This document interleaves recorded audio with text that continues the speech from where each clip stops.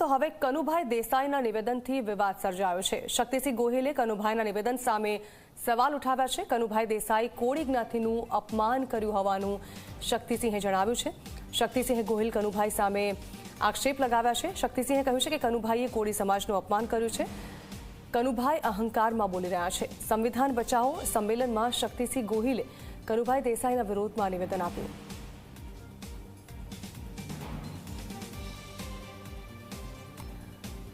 તો એક તરફ ચૂંટણી પ્રચાર જોરોશોરોથી કરવામાં આવી રહ્યો છે, ત્યાં બીજી તરફ હવે કનુભાઈ દેસાઈના નિવેદનથી વિરોધ સામે આવી રહ્યો છે।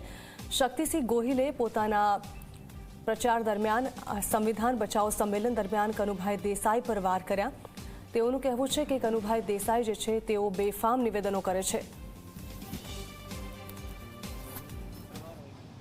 કનુભાઈ દેસાઈ નામના એક મિનિસ્ટર છે ભારતીય જનતા પાર્ટીના।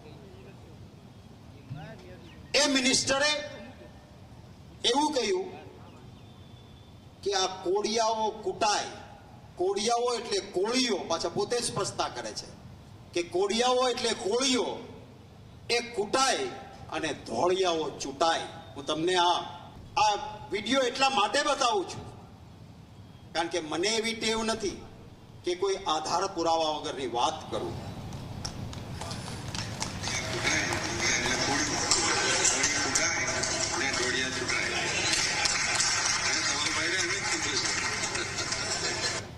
કહે છે મીડિયાના મિત્રોને હું આપીશ આ ક્લિપ, મેં મારા ટ્વિટર ઉપર એ મૂકી છે। અરે કોઈ કહેવત પણ હોય તો પણ, અરે ક્યારેક બોલાયું હોય તો પણ કોઈ પણ જ્ઞાતિનું અપમાન કરવાનો અમને કોઈને અધિકાર નથી। કોળિયાઓ એટલે કોળીઓ, કોળિયાઓ કૂટાય ને ધોળિયાઓ ચૂંટાય। શું આ એક મિનિસ્ટરને શોભે એવા શબ્દો હતા?